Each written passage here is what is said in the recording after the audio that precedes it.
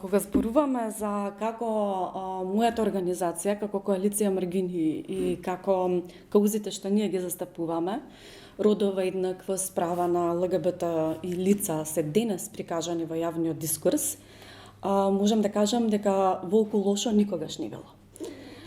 Дури во времето кога се случи првиот викенд на гордоста, кога имавме физички напади врз нас, како ЛГБТ луѓе и како активисти за таа кауза, ситуацијата во јавноста не беше волку лоша. Тогаш беше многу јасна нашата позиција на жртви.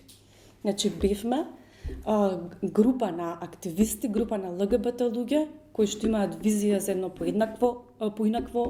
еднакво општество и бевме нападнати и како такви баравме правда и заштита од државата која што тогаш државата беше главен промотор на овие антиродови реторики. Се имаме една друга ситуација каде што ние сме повторно жртва, меѓутоа ние сме прикажани како злото, како сотоните, како оние кои што имаат намера да го срушат семејството, да промовираат педофилија, и така натаму, мислам, јасен е дискурсот, а при тоа не сме ни оддалеку мокни и видливи. Да, видливоста и релевантноста политичка може ни е зголемена од 2013 година до сега, меѓутоа не сме ни оддалеку толку мокни и видливи како што се прикажува. Напротив, имаме институции кои што се уште не се доволно сензитивни за нашата кауза. Големи напредоци се направени, тоа немам намера да го негирам. Меѓутоа, далеку од тоа дека денес во собранието, например, има политичка волја да се донесе законот за родова еднаквост, да не збориме пак за законот за матична евиденција.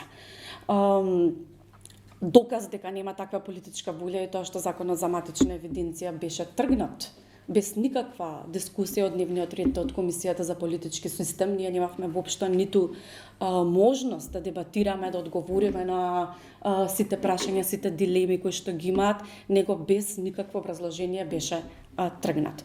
Да, сега беше повторно предложен, меѓутоа од пратеници кои што на една рака се бројат, 5 пратенички кои што се наши поддржувачи.